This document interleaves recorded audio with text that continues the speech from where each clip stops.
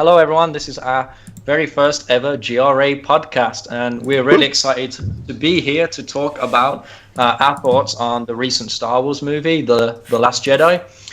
With me, of course, there's me, Tooney. We also have Train Professional. Hello. We have Mickey J. Hey. Fluffy. Sup, noobs. And No Such Thing. Not that you can see me on the screen or anything, because I'm the one who has to record this. Alright, cool. I'm sorry, who are you? We've got a range of different opinions here. Another stray for the come up recent the Star Wars streets. movie.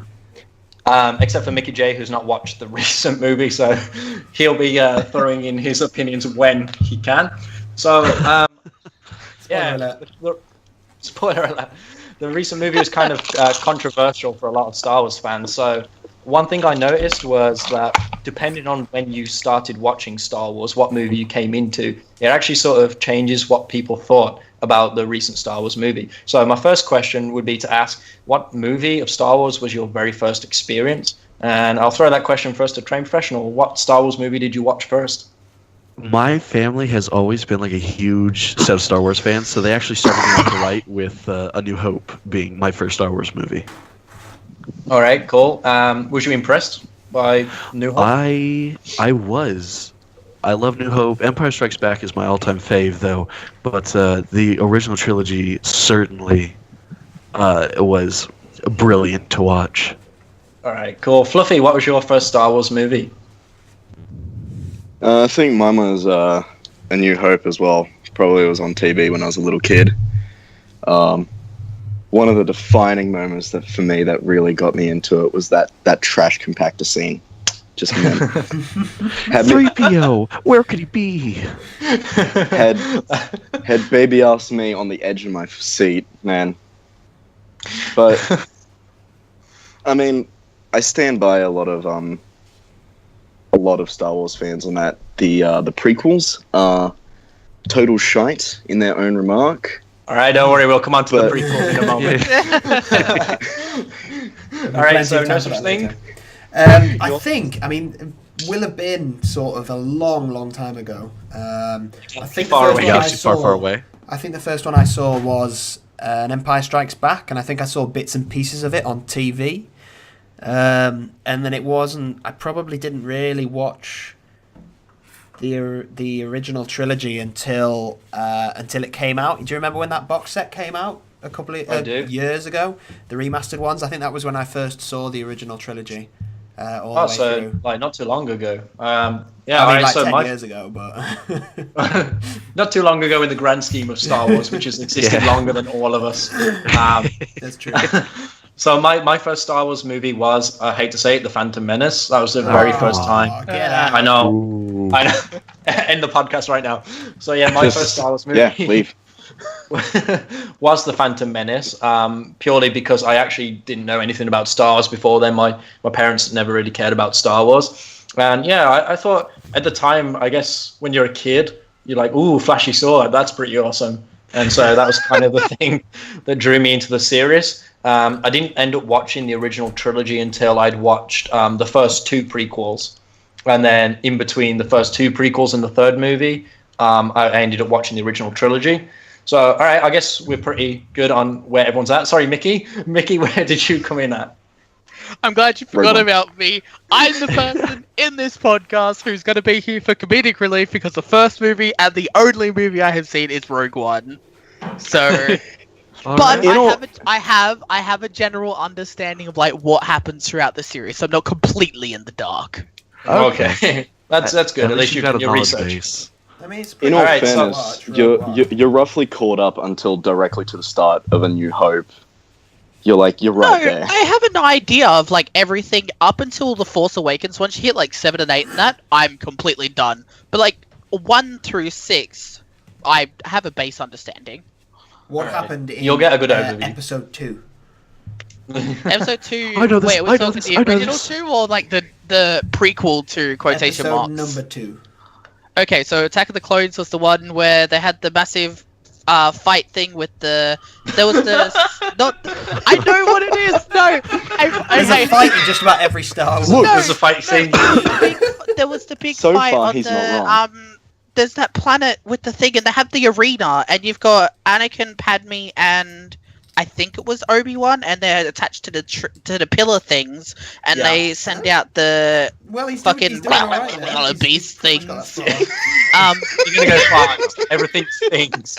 Oh, there's a thing. But no, with there was the thing on the planet with the thing. I think it's Yoda. Yoda comes in and saves one of them to Count Dooku at the end of it, and during the thing, I think it's Mace Windu cuts the head off of what was the first one. The first one was Jango Fett. Wait, Mickey, I'm a little confused. Which thing are we talking about here? How many fans? All right, so we started jumping into the prequels already, so we might as well go on about that. So let's build it up.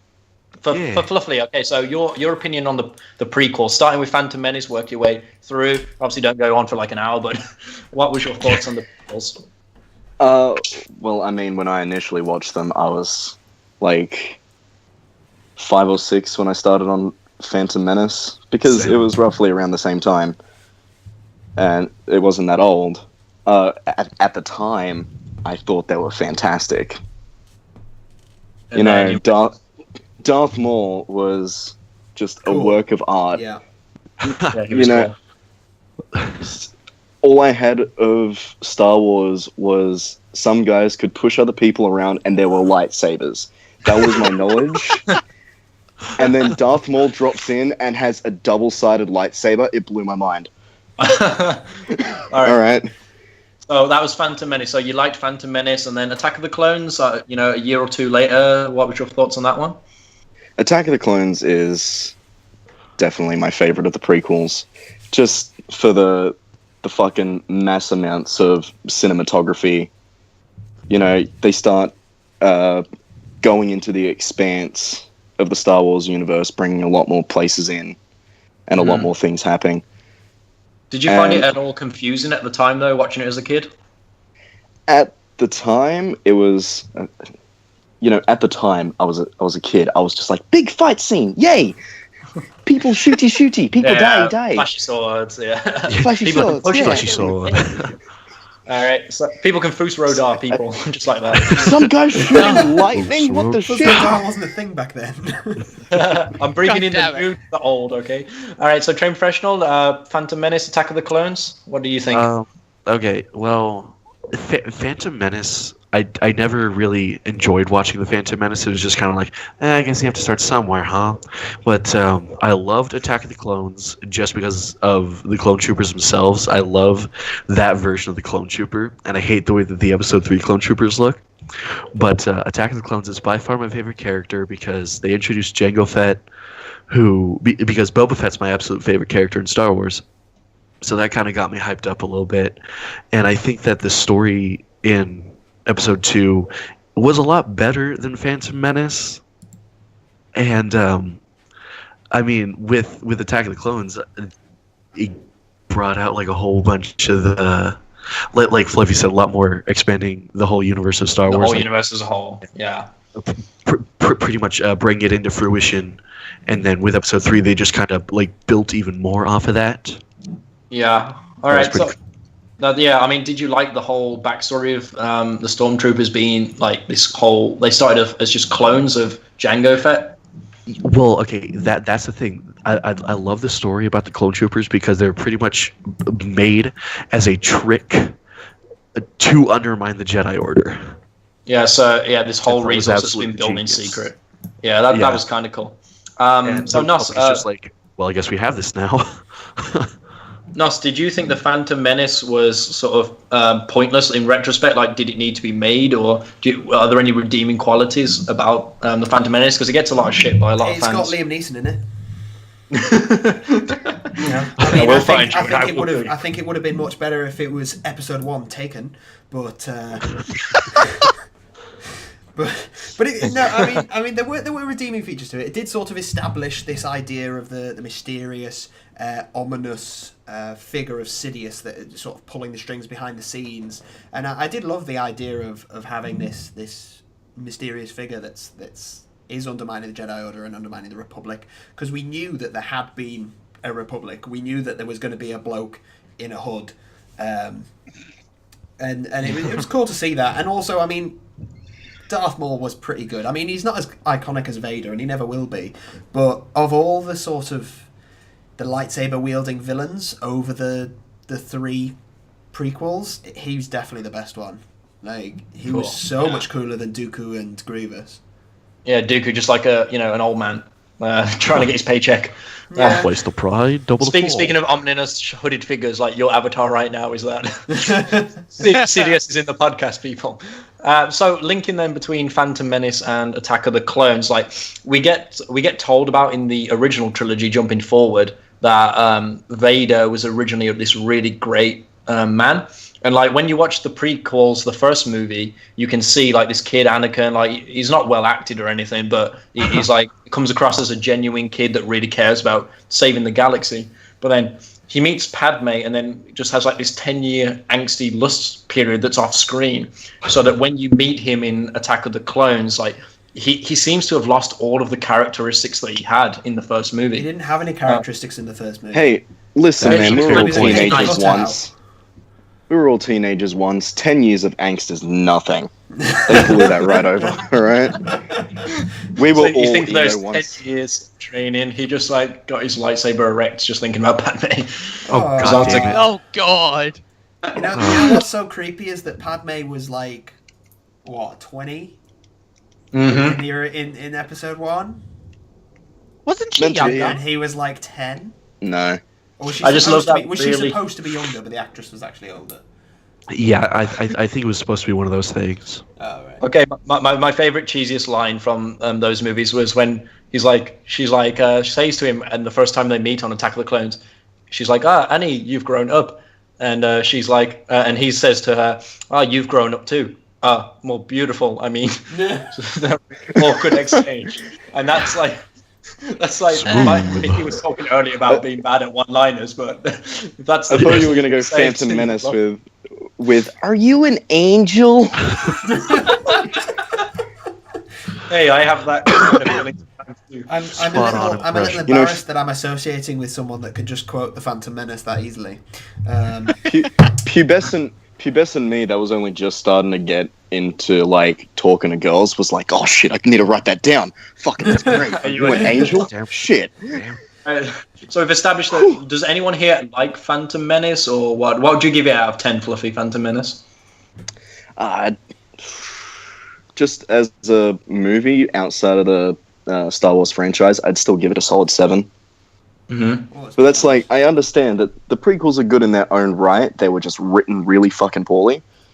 Exactly. And directed really poorly. Yeah. And the whole series was fine, except if they'd just written Anakin the tiniest bit better, there would be no issues. Yeah, just actually relatable in the slightest. Yeah. It was probably the most wooden. I mean, I know Jedis don't portray their emotions and stuff, but it feels like the only emotion Anakin does portray is kind of angry. Yeah. And that's not human at all, really. Like, you should be able to spot immediately he's going to be a darkside candidate just from the way he acts in that movie.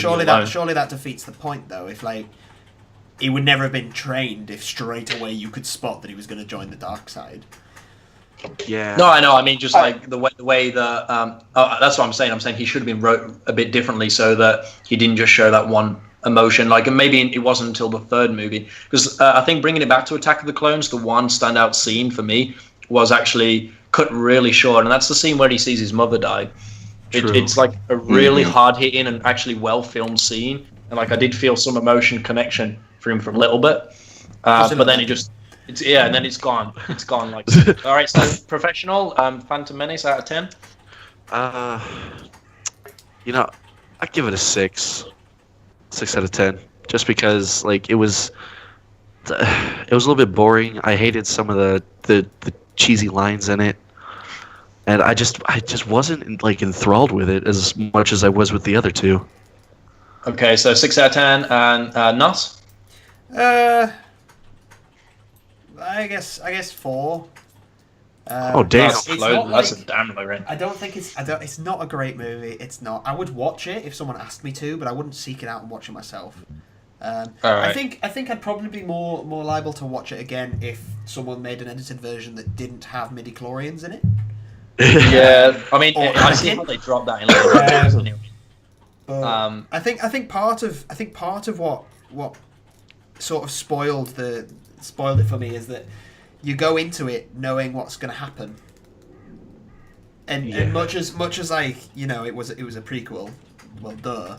But it sort of like, it does sort of mean that some of what could have been like these huge impactful things, even in the first one, suddenly aren't, because you see them coming because you've seen the original trilogy. Yeah, you know how it's going to end up. Exactly. So yeah, I mean, the one good thing about the first movie, it has that classic meme line of "I have a bad feeling about this. I don't sense anything." It's a good line. All right, so we spoke a little bit about Phantom Menace, and Attack of the Clones. Professional spoke a lot about it. So we said that Dooku was a downgrade on the villain of Maul, in that Maul was, even though he was a silent villain, that sort of added to the appeal. Had a bit of mystery to him, a bit different. And Dooku was, I don't know, Dooku. He's well acted by Christopher Lee. Walken. Christopher, walking yourself out of this call, Michael. You know what the worst part was? I was so confident in that too. I am so sorry. Hey, hold on. He comes out on the Before we scene go saying, on, "Hi-yo." Before we go on, we missed a very important question, Mickey. On the general symbiosis you have of Phantom Menace, what would before you wait roughly 50 years to be on your deathbed to finally fucking watch them, what would you give it right now? Okay, I'm going to give it a score of what I think it will be compared to what I already know the knowledge is, and I'd probably only give it a 5. All right, so that's kind a very fair call. Average a little bit. I think 5 is where I'd put it as well. Well, like, listening to you guys talking about it, I'm like, it sounds very fucking meh. Just very meh. The last act is what makes it epic, and the pod racing filming and stuff was great, even though it was kind of a bit of a time waste just to sell toys a little bit. And obviously, we don't even want to talk about Jar Jar. That's already been talked to death. Talk about who? They learned about it by movie 2, though, where he's reduced to nothing. So movie 2, Attack of the Clones, so Dooku, a bit of a downgrade, and the story was, it really helped expand the universe, but there was a whole romantic subplot. And how did you feel about that romantic subplot, Professional? It was garbage. I hated it. Star Wars isn't like something where you want to put romance into, like the way that they did it in the original trilogy with the whole love triangle between Leia, Luke, and Han. That was okay because it was minimal and it was resolved in the end. Yeah. And in episode 2, it's like they're cramming it down your throat. Like, you were going to know that these two love each other, all right? You were going to know this.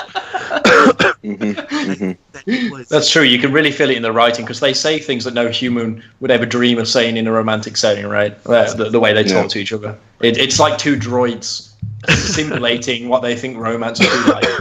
Exactly. They could have taken that whole Naboo scene, shortened it by reduced it down to a third of what it actually was, and gave us some more like actual good shit, and would have been a way better movie.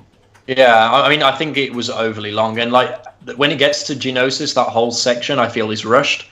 That's the planet I was talking about earlier. Well done, Mickey. I'm glad. So Nuss, did you have like any moments that really stood out to you? I mean, I spoke already about the death scene of his mom, which I felt was really powerful. What do you think was any standout scene in that movie?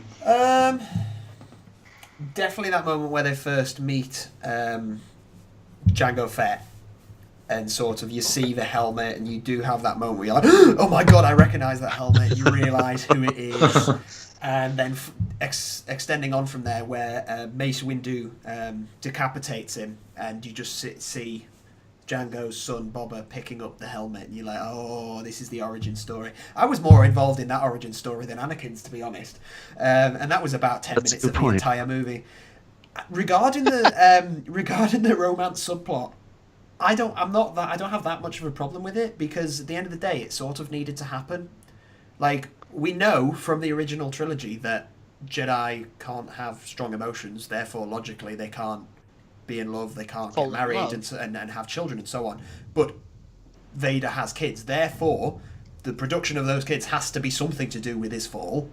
therefore it's important that his fall is sort of referenced in the prequel trilogies that are about his fall. You know, that I think having the romance as more of a subplot was perhaps more of a flaw. I think it should have been more important, as it became in episode 3, because it was, you know, if they'd suddenly fallen in love with in episode 3, we'd all have been complaining that they hadn't built up to it in the previous episodes, and it was so important. I think what people are complaining about is not actually the romantic subplot, like as an idea, because as you said, it had to happen. I guess it was just the way it was written just didn't feel organic. Yeah, it could have worked. It really could have worked. But like, I'm not sure if it was the actors themselves or the direction they were given about how to act on top of the writing that was lame. All right, so jumping forward then to Revenge of the Sith, which I don't know about you guys, was my favorite of the prequels. It had the most lightsaber fights in that movie. That movie had the most lightsaber fights, which I think is what really, you know, drives it home. High ground. High ground. Yeah, it didn't work for Darth Maul though, did it? I actually know more about the third film than I do any of the other prequels. Have you played the I game? can contribute sometimes. All right, go on then, Mickey. You can go first then, before you forget. Oh no, no. All right, let's start you off at a good one. Let's start you off at I hate sand. It's dry and it's rough and it's coarse and it gets everywhere. I know the third one. This is gonna sound really bad, and I'm just honing in on my nerddom. But like, I know the third movie because I played the games that revolved around that one the most, to the point where it had the cutscenes from the movie in it. 2 game? Yeah, there was a Revenge of the Sith. great. It had the cutscenes in it. So like, I know about the at the start when they're in their little starfighter things. What are they called? Was it starfighters? Fuck it, I'm calling them starfighters. The X-wings. They're not X-Wings. Yeah, they're not X-Wings. Well, no, because they're not the the yellow and X-Wings. the red one. Yeah, And they're Jedi flying into the starfighters. thing, and Yeah. one of the elevators gets stuck, and R2-D2 has to help them, etc., etc. I know about the Grievous fight. I know about the high ground and shit, and Anakin gets fucking wrecked, son. But like, the single one use in the entire series of R2's I really jetpack. love that, Mickey, so much, because you basically quoted the start of the movie and the end of the movie. Everyone else was just Spoiler right alert. All right, so Spoiler alert. going in then, Fluffy, did you feel like when you went from watching the second movie to the third movie, did it like jar you a bit, like how all of a sudden they've cornered Dooku and Chancellor Palpatine's been captured? Was it a bit of a jump, and you was like, oh, where the fuck am I? It was definitely a bit of a jump. I didn't think that I'd lost anything, because at that point I'd also watched the original trilogy. I was a bit used to time skips, and especially them jumping straight into the Hoth battle. Like, being directly in the middle of the action wasn't really a problem for me. Later on now, I'm still annoyed that it's the one use of R2's jetpacks that is ever shown. Except in the Lego games. Yeah, except in the Lego You mean games. that shit? They didn't use it in episode 2 at the Droid Factory? Yeah, they did. They used it in episode 2, Fluffy. Yeah. Like, yeah, but they didn't really showcase it as much as number 3, where he uses it to use the kill oil slick to fucking Yeah. destroy some droids. Destroy some road. Like, it's like, oh, I guess he moves like that now. He's got swag now. He's rolling. That can be done. You know, first he gets Right. like the giant eye stalk, and now he has jetpacks. Fucking wicked. Excuse me. Yeah, he's just like the perfect utility R2 until he gets replaced by BB-8 in the new movies. R2 forever. Yeah, bring back R2. R2 for life. Hashtag R2. All right, so Revenge of the Sith then was, I think it was the best movie because I guess a lot of shit gets done in the movie, and I really don't feel, apart from the very start where it was a loaded question in a way for me, because I did feel like it was jarring, just going from how it ended on episode 2 where Dooku had escaped to then suddenly Dooku being cornered, which is obviously answered a lot in the it's answered a lot in the sub-series. But yeah, so Revenge of the Sith, like it was good. A lot of shit got done, and I really liked how the transformation from Anakin to Vader ended up happening. It's just a shame that the moment where I think that he flips, it felt a bit too fast, too soon. Like there's this really nice build up throughout the movie of him getting more and more frustrated, and then like I feel like he flipped a bit too easy. And then he showed a little bit of remorse, and then suddenly he was bound to the Emperor. I feel like a little bit more needed to be done there. Professional, what do you think about that?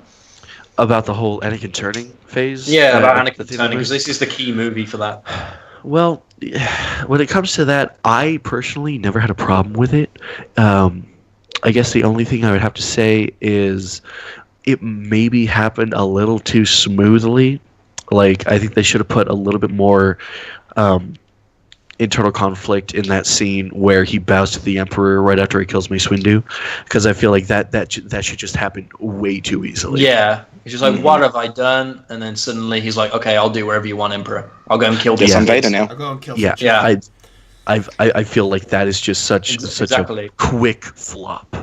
Yeah, Just- knock it it happens on the so head. quick. Let's go Killing kill some younglings. kids. Yeah, from being like a respectable Jedi Knight to then suddenly just, I'm going to kill some young kids because... You know what the issue was? They put him on the Jedi Council, but not grant him the rank of Master. That was the issue. That was the flip. Hubris will be the fall, as always. If you All When right, you heard the that's- story of Darth Plagueis the Wise, it was all from there. We're getting seriously now, guys.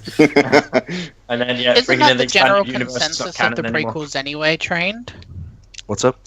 So, Wasn't that just a general consensus of the prequels anyway, that it was just a general flop?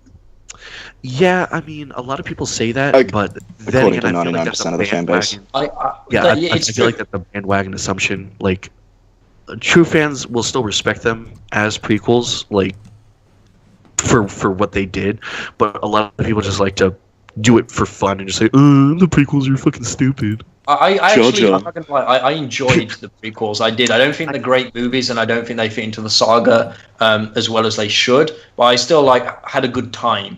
I had a good time watching those movies. And as I said earlier about which movie you came into, I think it was because they were the first movies I watched was the two prequels, where like everything's flashy, and so obviously young me's like really amazed by that. And then when you go back to watch the original trilogy, which we'll come on to now, it's obviously the first time they'd ever done an effect like lightsabers and things. So the action's slow paced, the general plot is a bit longer in terms of delivery. So yeah, so Anakin's fell to the dark side. Do we want to bother talking about Rogue One? Or It's It's the only one I've seen! okay. We'll talk about it. No, you don't No, really no, need no. to talk about anything. Okay. I was We- kind of frustrated with the film. We will talk about don't. one thing, and that is CGI Grand Moff Tarkin.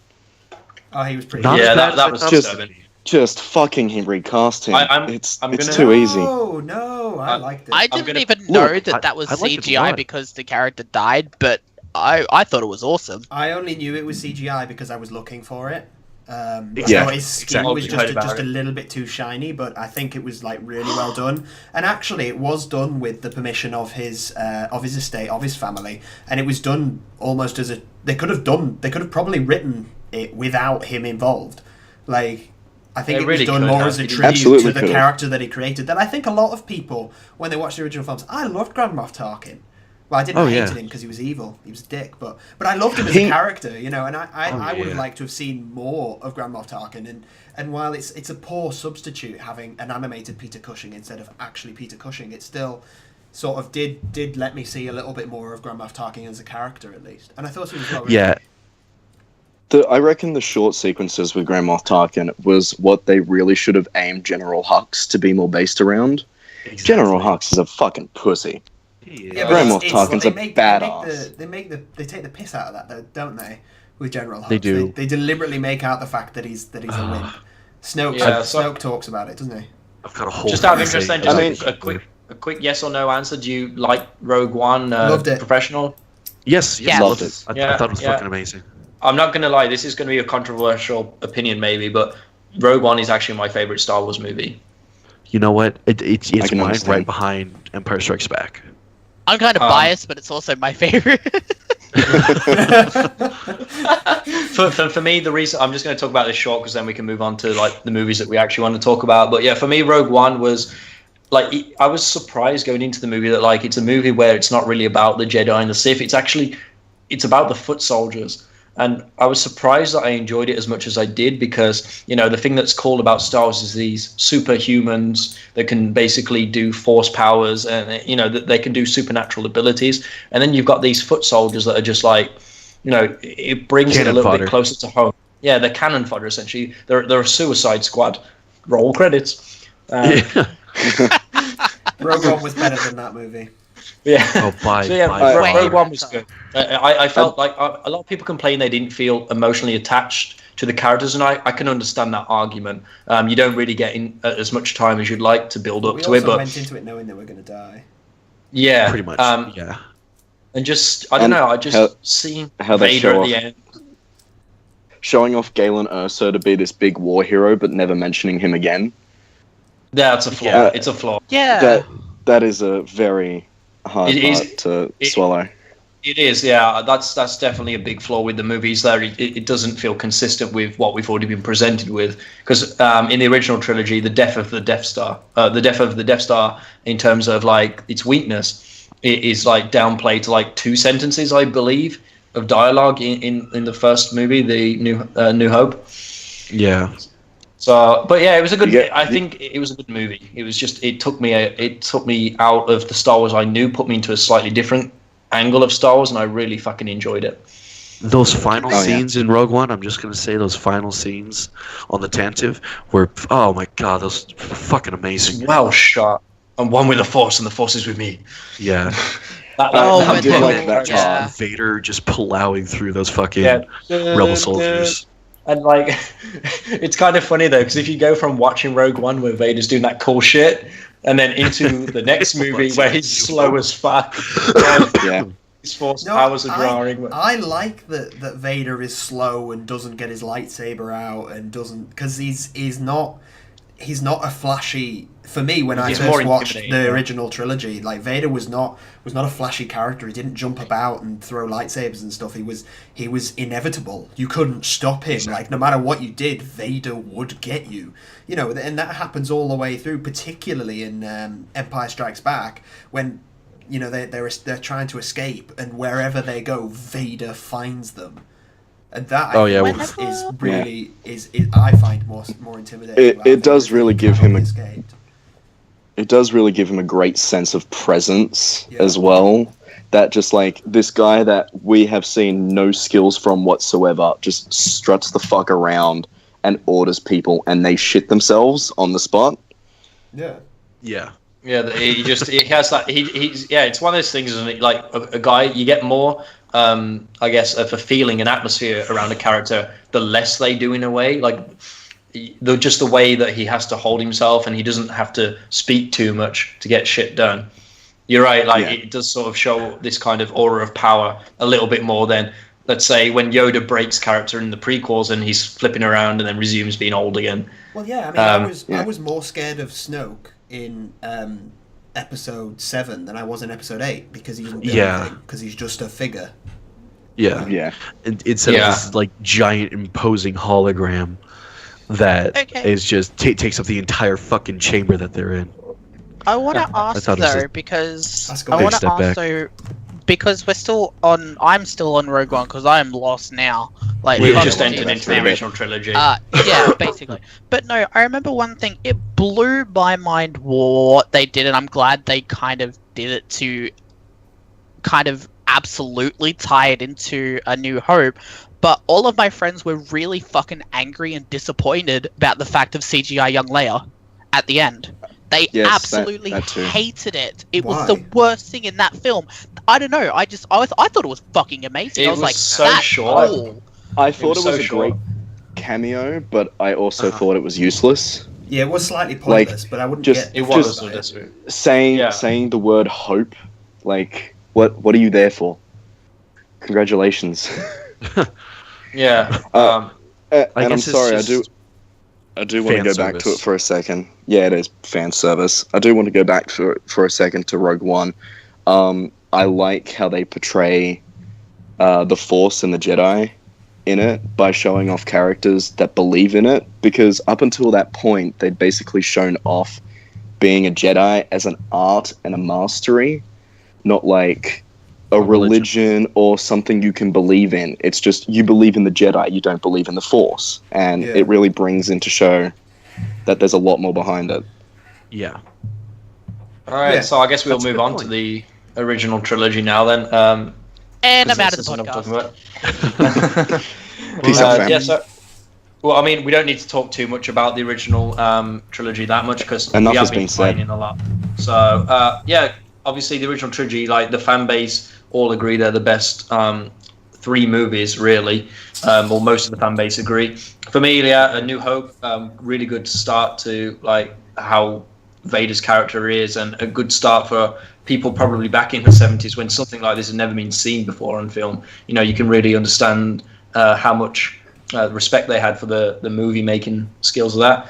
Empire Strikes Back, everyone pretty much agrees in their top 2 because I've already said Rogue One's my favorite. So Empire Strikes Back is your favorite, TP? Yeah. Oh my God, yes it is. I'd have All right, to say, yeah. No Such is it your favorite? Which one? Empire Strikes Back. No. Oh really? I don't know. I don't want to know the answer now. I want to wait till the end. Who are you Right now. anymore? Fluffy, Maybe I'm just is controversial. Empire Strikes Back your favorite?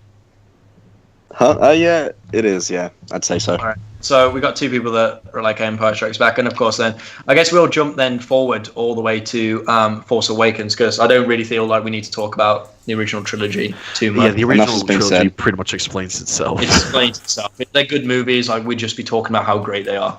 Exactly. Essentially. So moving then to Force Awakens then. So we're introduced to this new set of characters, Rey and Finn, and the completely underused Captain Phasma. What do you think about these new characters being brought in, Fluffy?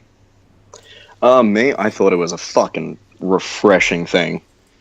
Just like, because, I mean, just from going from prequels to original trilogy, you've already kind of got these sense of characters, especially when, like, they pull out the babies and they're like, Luke, Leia, and you're like, all right, well, there they are.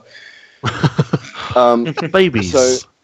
So to just have this whole brand new set cast that no one has any idea about, it honestly made me feel like I was diving directly into a new series and I was going back into Star Wars again for the first time.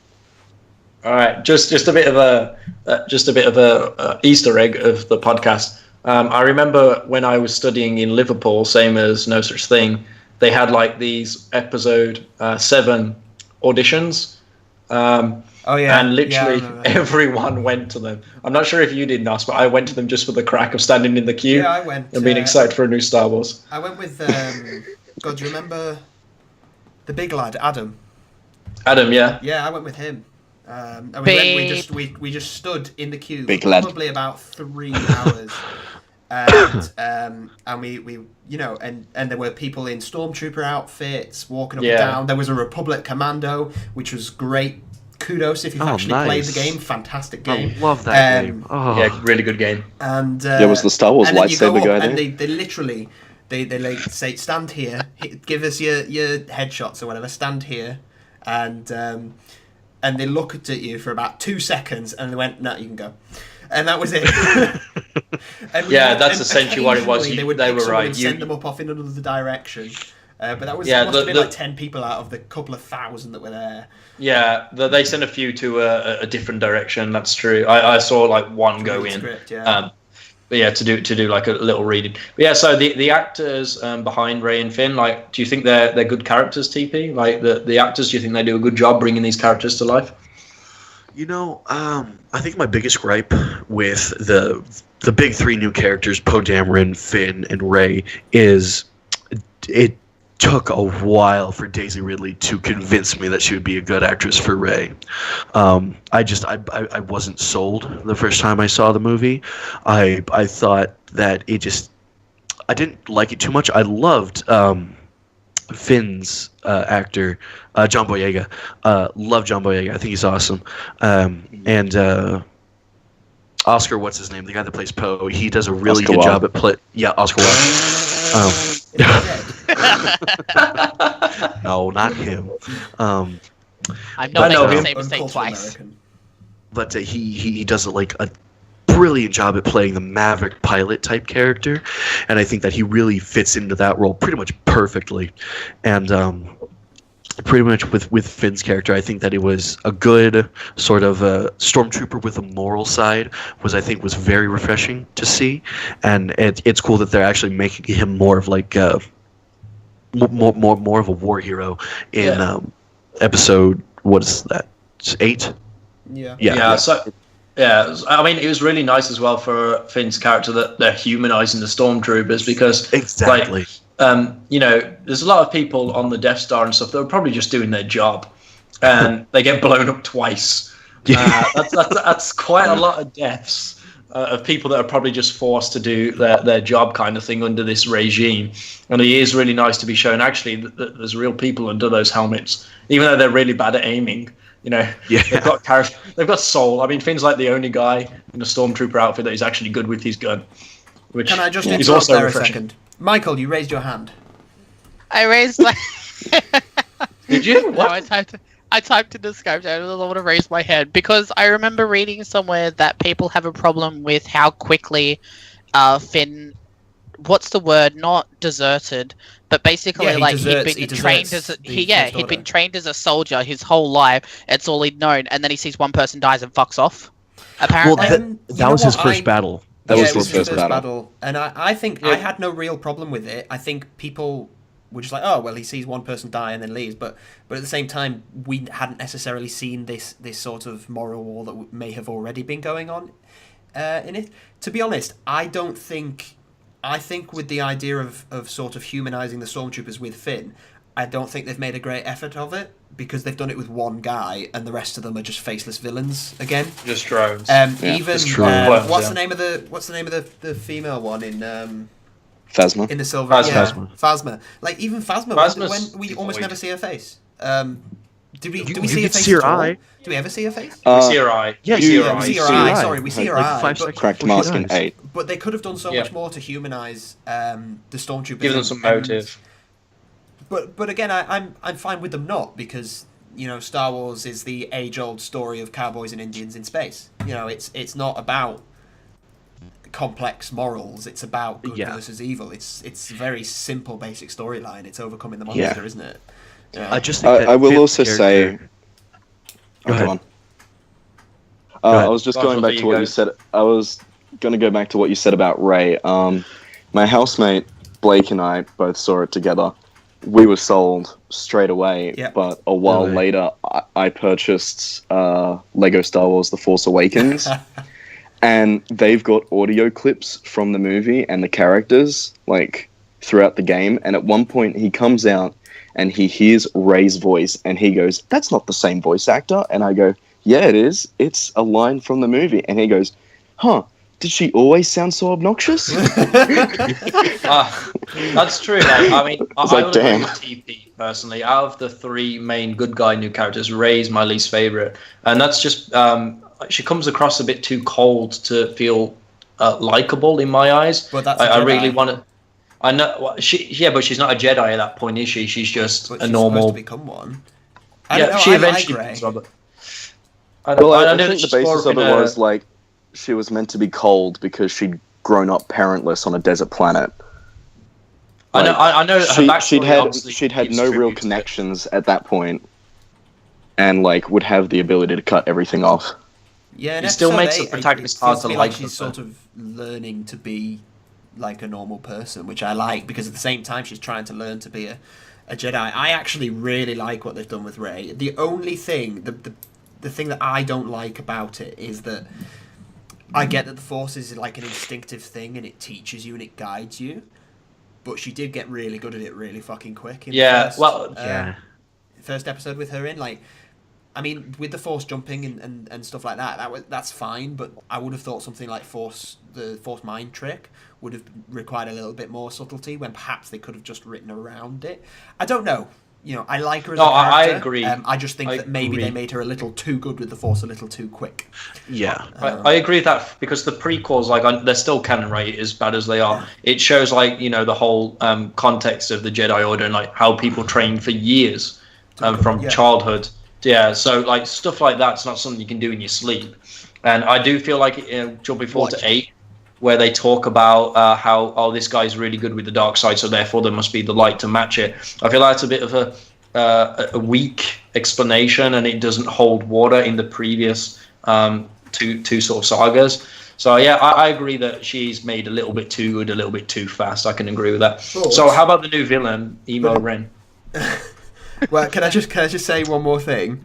Oh, go on then. At the same time, it does, like, to me, it sort of makes sense, because you think about it, one of the major problems with Anakin was that he was trained when he was too old. And maybe it's something about rushing them into the actual part of power instead of the control. That's the point where they start going dark, because they learn the power without learning the control first.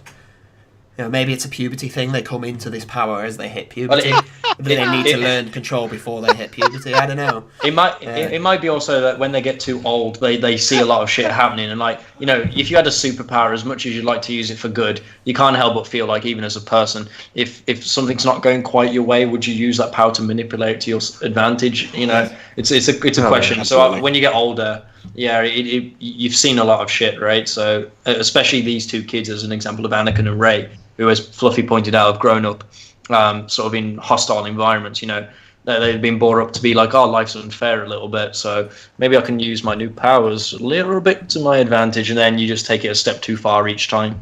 Yeah. So, all right then. So, new villain, Emo Ren. What do we think? Holy shit, he is ripped. I was on board with Kylo Ren. He's I heard really that Kylo hot. Ren is ripped. I heard that Kylo Ren has a six-pack. I heard a rumor you're an idiot. Any truth to that? With opening regards to Kylo Ren, I was so on board with it all the way up until he took off the fucking mask for the first time. All the way up to that. So are And you then saying as that soon as I because saw you his don't face- fancy Kylo Ren, that he's not? No, it's just I think just the way he looks, so, like, severely juxtaposes his level of power. I think he's too young. I like that he's young. I actually like. It is a refreshing take. It's just that there was a major, this might just be with me personally, but there was a major disconnect that happened immediately when I saw his face. Because I was like, this badass new Sith who's got a fucking awesome looking lightsaber and can do all this crazy shit, and then I see his face and this is what he looks like. I just think that whole sense of awe was stripped away. No, I disagree completely. I mean, I must admit, I'm not a massive fan of Kylo Ren. There are definite aspects of him that I do like, but I think basing your entire impression of a character on what he looks like, it just seems a bit. It's very sort of face value, and no, that's what I said. I said that was my opening regards into him. But watching The Last Jedi, like I've warmed up to him more. He's got more depth as a character now. Yeah, he's got more internal conflict, which I think is great. That's like their character development for Kylo Ren is going along like perfectly. It's that was probably my favorite part of Last Jedi, is how they start developing Kylo's character more. Yeah, I thought they did really well with him. I thought it developed really nicely. There's a lot of internal conflict going on, which is I personally thought him taking off the mask was really impactful, because kind of the character that we'd seen before that was Vader, and the two major ones we get from that are the original trilogy and it coming off and him being a decrepit old man. Yeah. And the prequels, where it goes on and you realize that's the face that he wears for like the next 20 odd years. And then, you know, we introduce to what we believe at the time that he takes off the mask is the big bad guy in this series. And we just immediately get given a face to the name.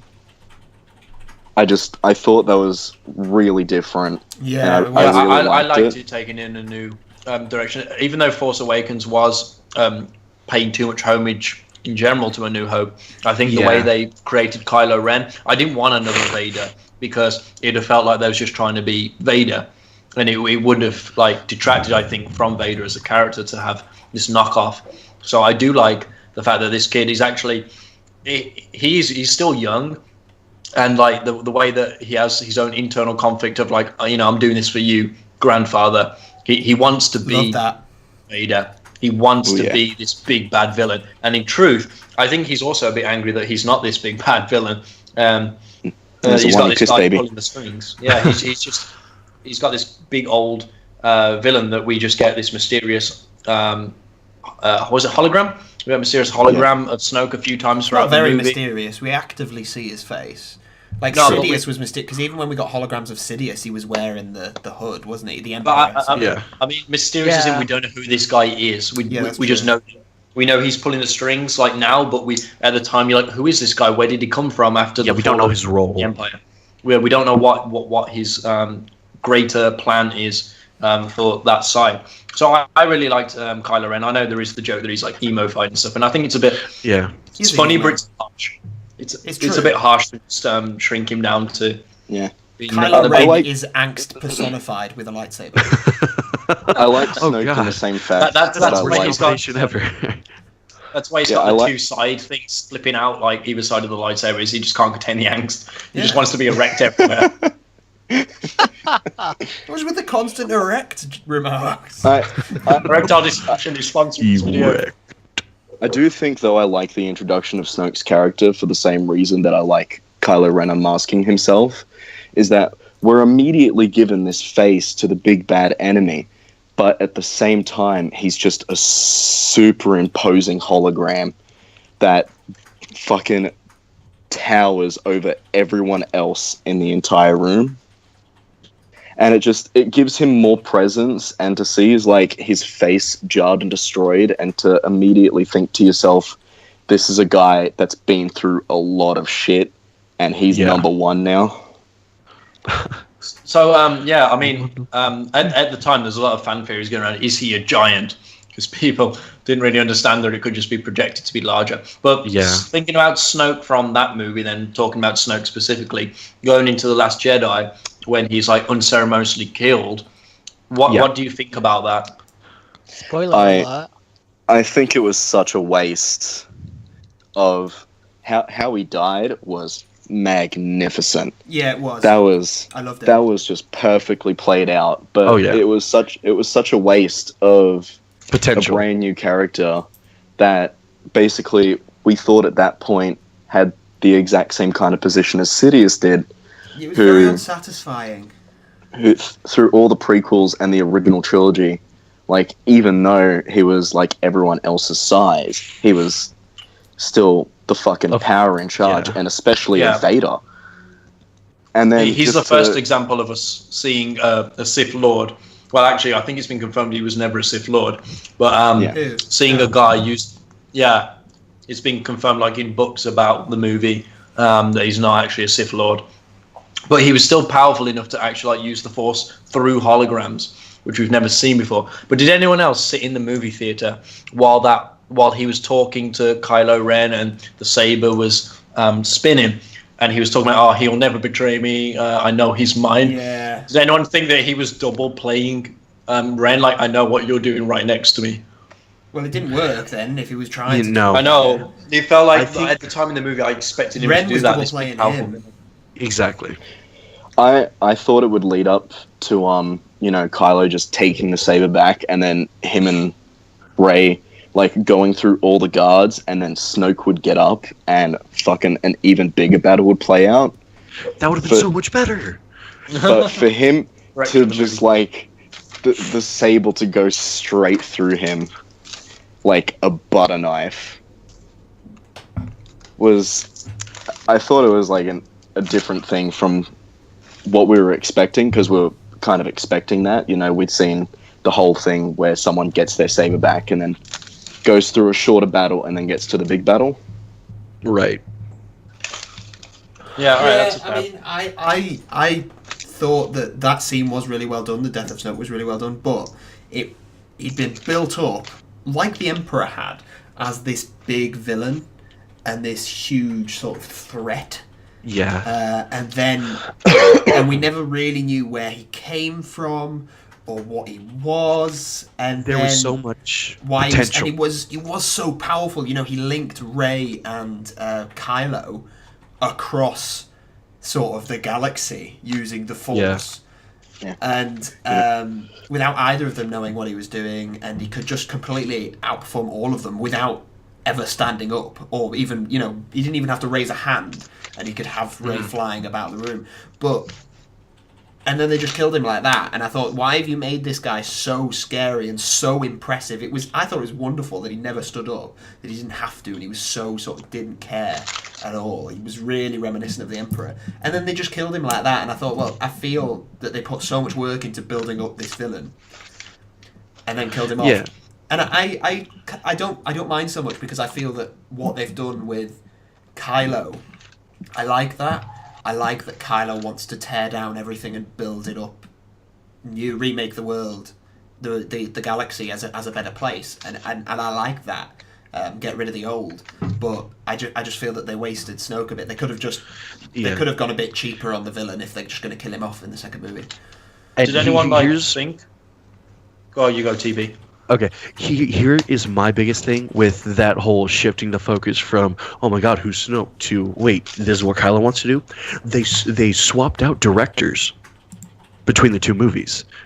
J.J. Abrams directed the first one, and then this other guy directed the second one, and I think like that change of direction like really switched the way that the movies, like it switches the direction that they all want to go into, because the impression that I got from Force Awakens is, well, sooner or later we're going to be able to know who this Snoke guy is and how he was able to turn Kylo. Yeah. And now it's just like, well, okay, Snoke's gone. We still don't know anything about him, and Kylo has big visions for the galaxy.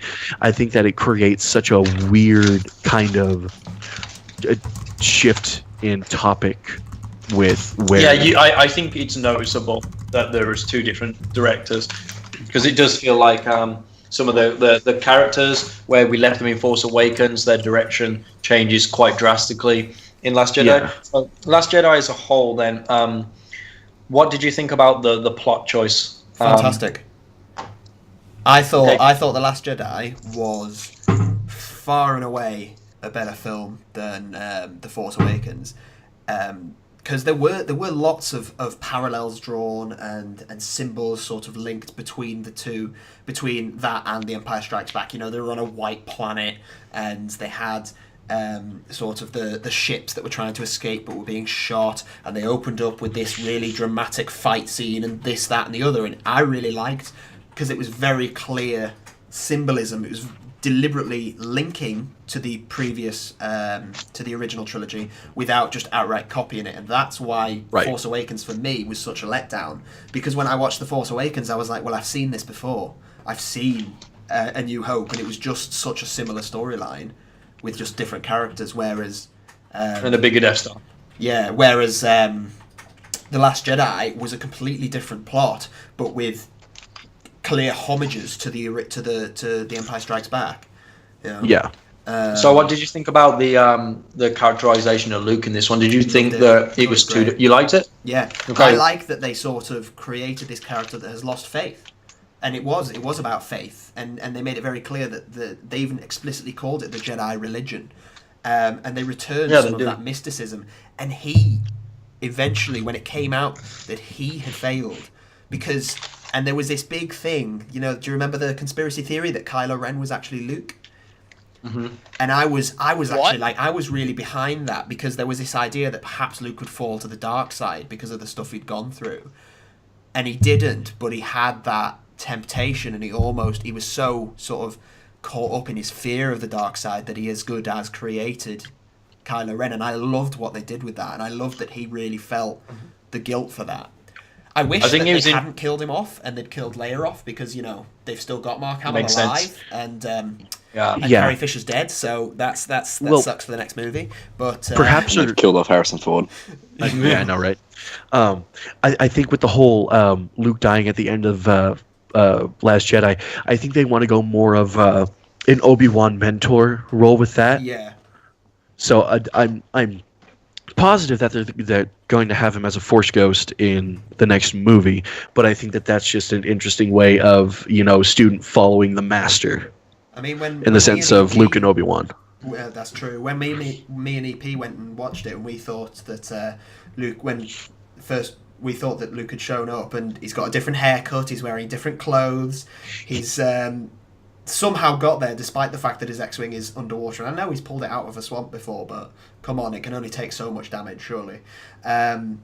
We thought he was a Force ghost, and and EP in particular was trying to work out why there wasn't blue around him. Yeah, I no, love shit. that. I love that twist when it was just, and then it showed him sort of concentrating really hard, like projecting himself across the galaxy. I thought that was fantastic.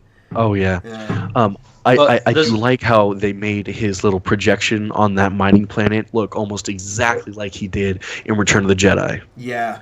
Where in the all-black garb, he had a similar haircut, just he didn't have the green lightsaber, Yeah. which Again, I was okay with. It was that homage, wasn't it? It's a homage to an earlier one. Exactly. So I thought that was it was very respectable. Yeah. There's a conflict though that a lot of people have with the Luke character, and that is this kid that tried so hard to redeem his father, seemingly unredeemable, would have even the slightest inclination to assassinate his student in his sleep over, he may or may not be the dark side. What do you think about that, Fluffy? I thought it was I thought it was a better look into. I know they haven't very clearly explained it yet, but a kind of look into the sort of grey Jedi thought of mind. Yeah. Where it's not about the good or bad. It's about what's really right, what you think it is. It's more your opinion. And just like him overcoming all those challenges in the original trilogy and seeing this character that's substantially more powerful than him and thinking, I can do that. Fuck you. And then, like a 12-year-old comes along and he's like, oh no, this one's too powerful, and tries to like cut him down. It was a very dark turn, and I didn't personally like it too much, because bringing back to Force Awakens, how they'd kind of like inclined to the idea, and through Rey's vision, that Kylo Ren had something to do with burning down Luke's school, and that really portrays Kylo Ren as a much darker character than he appears to be in Last Jedi, because then it just seems like, teenage rebellion. Yeah, so you'd have preferred it to be more of a submit to power rather than, I was sort of forced into this situation. I thought I would have more have liked it to have seen it as Luke teaching Kylo Ren closer to being a master, and then, Kylo, after trying to be Darth Vader and Anakin Skywalker for so long, obtained the power and found out that he could do so much more, and then turning on the good side would be a much better portrayal of it. Just for his character. I like that that Kylo didn't seek out the dark side. I like that Kylo was lost and alone and needed that guidance, and then turned and saw that his master was trying to kill him, or what he thought was his master trying to kill him. And I do completely understand that maybe that's not the best portrayal of Luke, or necessarily the portrayal of Luke that we would have liked. But true. I like what it meant about Kylo as a character. And ultimately Kylo is the one that's in 3 films and Luke is in 1. So I think it is a loss. It is a loss in Luke's terms, but I think for what that means for Kylo, I think that was really well done. I really liked what they did with Kylo as a character. I like that he seems redeemable, even though he keeps making the wrong decisions, but we keep hoping that he's going to make the right ones, and I like that. Well, yeah, I wondered if him and Rey would have teamed up at the end. Like, it was like, there's a lot of hints with the title and stuff that Rey joining his side sort of thing. Yeah. That would have been a really shocking and brave turn, and I kind of wish it had happened. I really wanted to see what the outcome would have been from that alternative storyline if Rey had took his hand and joined with him. Because Rey, I think one of the things that I guess puts me off a little bit is she seems to have no flaws, really. She's She like, one of my favorite superheroes is Spider-Man, and it's because he's such a flawed character, constantly making the wrong decision, but even if it's for the right reasons or whatnot. And same with Poe. Poe is the same. He's really abrasive and spontaneous in his choices because he needs to do what he feels is right. Yeah. I don't know. I don't think. I feel that Rey has her flaws. I think she's obviously got major parent issues, and they have said actually that the question of her parents is still open. They've not closed that yet. I know that they were like, it could just be a lie. It doesn't mean anything, but it could just be a lie. It could just be what she feels, but we don't know. Or what Kylo manipulated her to feel. Yeah, I mean, I'm happy. Yeah. I'm happy for it to just be random space traders. Yeah, I actually kind of like that. I didn't want her parents to tie into some past characters for no reason. All right, so we haven't really got that much left to talk about, so I'll try and bring the final topic in, and then we'll do summarizing thoughts. The last topic, then, I guess we spoke a lot about Rey's storyline in The Last Jedi and Kylo Ren and the dark side. So we had this side story to the Casi-NO planet, which I guess has to be brought up because it's a third of the film. It was like 35 minutes or something like that, and I felt like it was like it had no payoff. And it was the one main thing in the movie that really let it down for me, and everything else was quite good. And that one thing just sucked the life a little bit. I liked his connection with Rosie. I feel that they didn't need to spend as much time there. Yeah. And perhaps it was a little unsatisfying because it was very much go and find this bloke and then come back. But nice little email for you to edit out of this later. By the way, Tooney. Note to self. But I don't object to it that much because I feel there was a purpose. I like what they did with Rosie. Was it Rosie? Rose. Yeah. Rose. Yeah. I like Rosie, something like Finn. that. I like that there's that sort of potential romance going on. It could have been shorter. Yes, exactly. But it was. They were trying to tell a moral. It was perhaps a little preachy. Yeah. But we do live in a world where, unfortunately, actually, what they showed us there of these people growing rich from both sides of the war, that happens in real life. That's what they were trying to show. I think for me, it was just there was one line. I agree with that message completely, absolutely. But there was one line I think that sort of undermined the message for me. Was after the animals completely destroyed. The entire place after they went stampeding and stuff, and they just looked and said that was worth it. I don't know, it just, I don't know, it undermined the message a little bit to me, like destroying other people's stuff. But that was just my personal destroying people's stuff who A, it doesn't really matter to them because they're incredibly wealthy, and B, they're these are people who have grown rich on war, on death, on suffering. So as a resistance fighter, as a freedom fighter, they could have worked a bit harder to... What I think they should have done is spent less time showing us the opulence, shown us a bit of the opulence, and then spent more time showing us the dirty underbelly. Because we only got, I think, that 1 minute where he looked around and saw the animals being zapped, and that was about it. And I think they could have actually spent a lot more time showing us that dirty underbelly of everyone that works to keep these people in their wealth, you know? The only exposition we get about it is like a really short sort of story from Rose about how she knew about the planet. Whereas, as you're right, it could have worked a lot better if they had time to flesh it out. But in my opinion, I think it could have worked if they had more time. Yeah, or if they used the time more wisely. I think it could have worked if done properly. But for me, it just sucked out from what I cared about in the movie. Don't blame me for it. TP? What's up? Yeah, any additional comments to add to that? I feel like that whole scene, like the only reason they put that scene in was to... Hold on, let me rephrase that. The only payoff that scene had was the death of Phasma. Because that scene leads into them being captured, which leads into the fight with Phasma, which leads into Phasma's death. I feel like there wasn't really any other...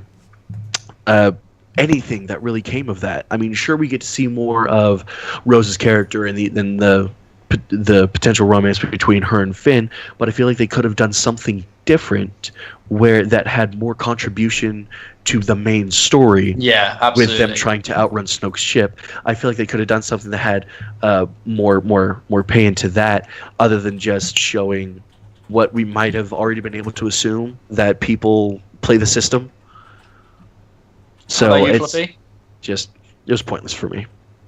I thought it was pretty downplayed as well. I thought it had a much better opportunity to sort of showcase how that, like, even if they really take down everyone, someone's made a profit out of this. You know, Yeah. there's always absolutely. always corruption, there's always greed, there's always sin. You know, the universe is never going to be perfect. God, you sound like a priest. But Alrighty then. There will always be sin. The Last There will Jedi. always be sin. Simply confess and you shall be forgiven. But referring back to kind of like my grey / neutral Jedi, I really liked the character that helps them break out of jail, whose name has fucking lost me. I The hacker. The the hacker. jailbreaker. I really hope that they bring him back. I thought he would have had a really great payoff if he kind of even went further into detail explaining how people are making profit off this war, and then On both pretending sides. he's on their sides, and then He flips, doesn't he? He flips depending on where the swapping money's over at the first opportunity that he can get to sell them out. Yeah, I thought it had a better opportunity to kind of downplay parts of the universe for, like, you know, the corruption and greed, and really explain that, like, even if they win, you know, there's always shit. Yeah. There's a big deal made of as well, isn't there, about the, like, when the rebels, the resistance, sorry, they're called now, when they're trapped and they're calling for help and everyone turns their back on them. You know, so I really feel like there could have been a link made between that, where, you know, maybe these other places are just out for themselves a little bit.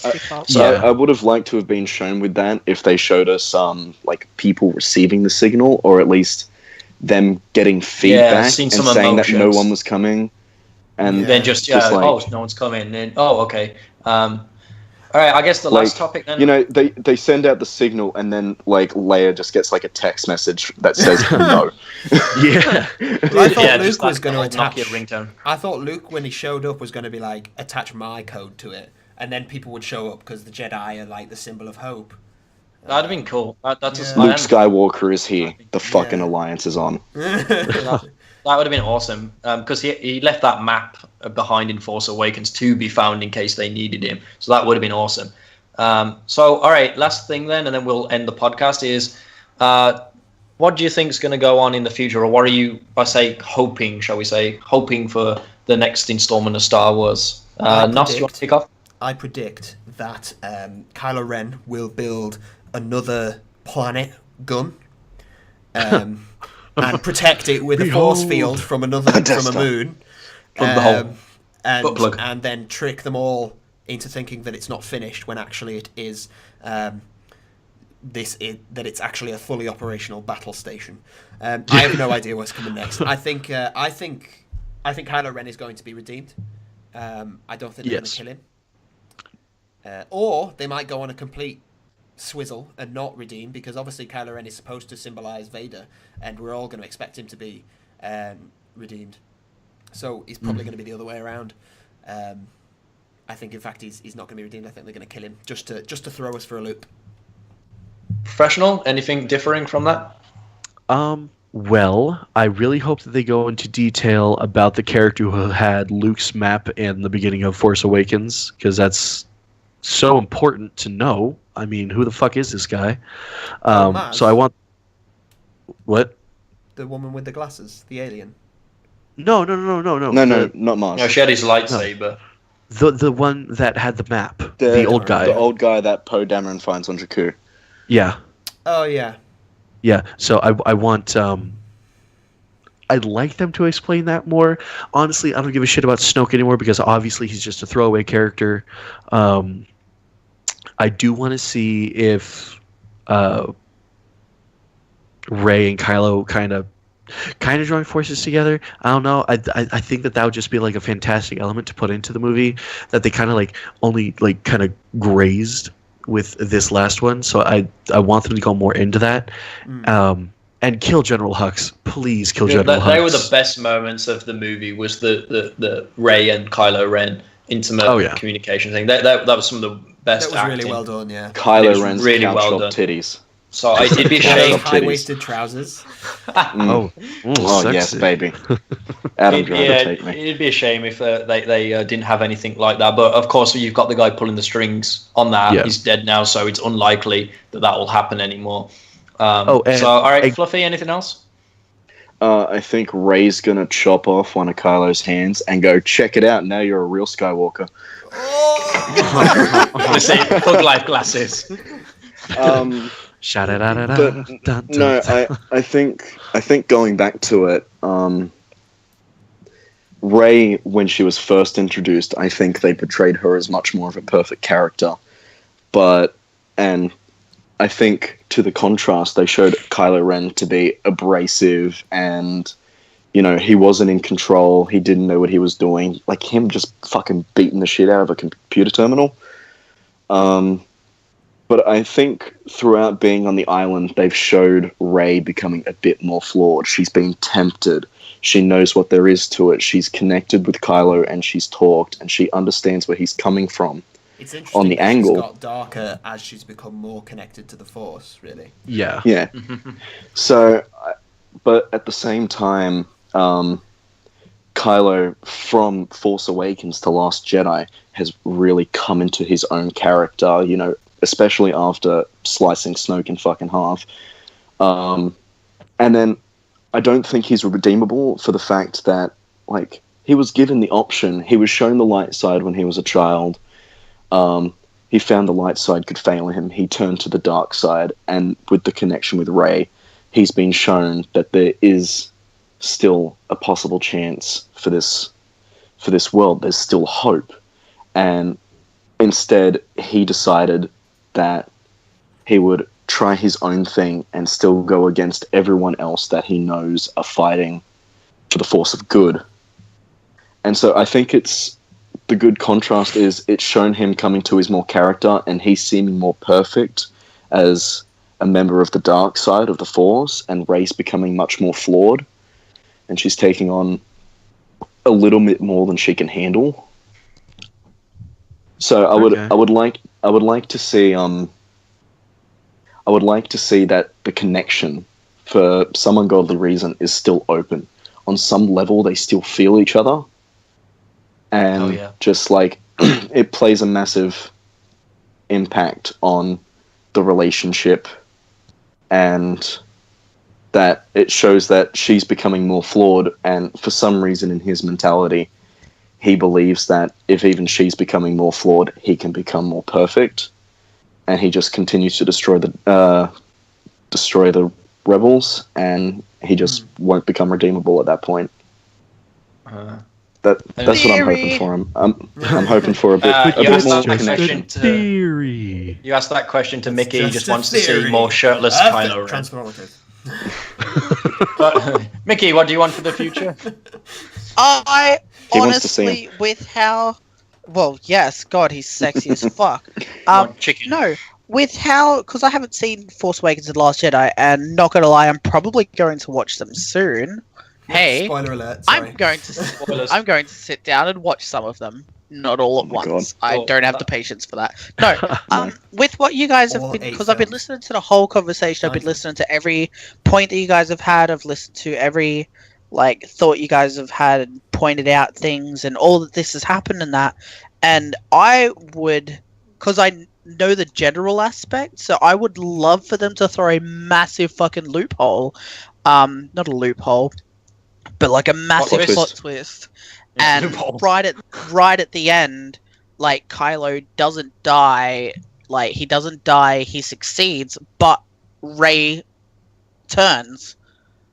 So there's the two on the dark side, and then, because I know for a fact Disney's going to milk the fucking shit out of it, so I could probably tell there's probably going to be another 3. Yeah, they will. If they did want to make another 3, then the best way to end it would be the 2 on the dark side. If they want to end it, then they will get rid of one of them. You could be like onto something a little bit. In like the end of the movie, they show that little sweeper boy Like, I thought that my eyes were playing tricks on me when I saw it. Definitely. I was like, wait, that broom to him. Yeah, he summoned the broom. So it sort of shows that Jedi can be born from anywhere. So I think in a way that is Disney basically saying, see, we've got unlimited ammo. Wasn't the Jedi being born from everywhere the whole point of Episode 1, though? Yes. Yeah. Midi-chlorians. He was on Tatooine, and he had the most midi-chlorians they've ever seen. No, but I mean, like, Great it's sort Scott. of it was paying like attention to, like, when, like, let's say Kylo dies and stuff. It was basically showing us sort of a bit like a reminder that actually there are other Force sensitive people out there. Yeah. So They don't have that famous Skywalker blood. Yeah, it's going to happen. Like, no matter what, the Force will balance itself anyway. So yeah. I do love Mickey's theory on it, but the only thing I have about it is. Well, I don't know anything, so pick it apart as much as you like. I don't give a fuck. No. I love the idea. The only thing I have with it is that throughout the prequels and the original trilogy, they kind of have the sense of cutting off definitively. Like, they finish that story. They go from beginning to end, and it sells it perfectly. And I think that just, like, having both of them on the dark side at the end, and then, having them not promised us another 3 movies so far, it just leaves it a bit too open for what the Star Wars series has really made itself out to be.